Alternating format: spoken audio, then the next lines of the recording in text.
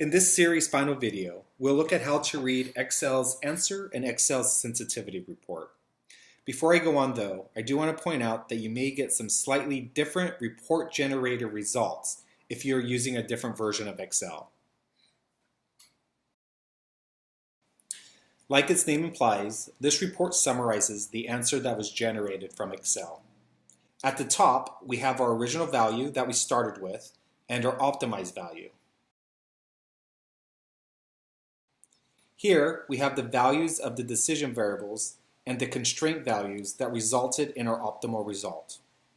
And then down here, we have our constraints. Notice here we have our binding constraints that limited the final value to 85. And here are our non-binding constraints. Now I want to talk a little about slack and surplus. Notice that both the non-binding constraints have a slack value, in this case of 6. This is how much will be left over when we come to the optimized value. So in this case, we would have 6 eggs and 6 cups of flour left over.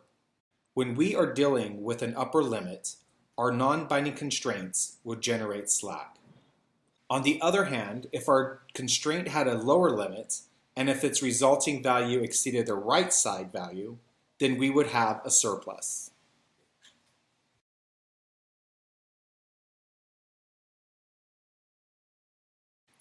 And finally, the sensitivity report.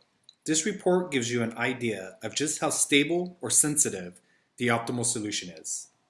Once again, here we have the final value. Don't worry about the reduced cost column, but I do want to draw your attention to these columns. These columns give you the range of optimality. In a nutshell, it gives you the range of each coefficient in which it will not affect the decision variable. Anything beyond that may or may not change the value. So looking at the sugar cookies, we could price the batch between $15 and $30, and it will not affect the number of sugar cookie batches we need to make to generate the $85 optimal value. Now let's take a look at the constraints. A shadow price is the amount an additional one resource unit might affect the objective value. So here, if we were to increase the chocolate chips from 2 cups to 3, we may see an objective value increase of $15. And finally, the range of feasibility. The range of feasibility can be calculated by adding and subtracting the allowances to the constraint's right-hand side.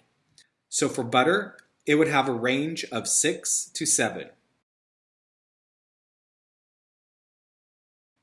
This range tells you how much the right-hand side can change without affecting the shadow price.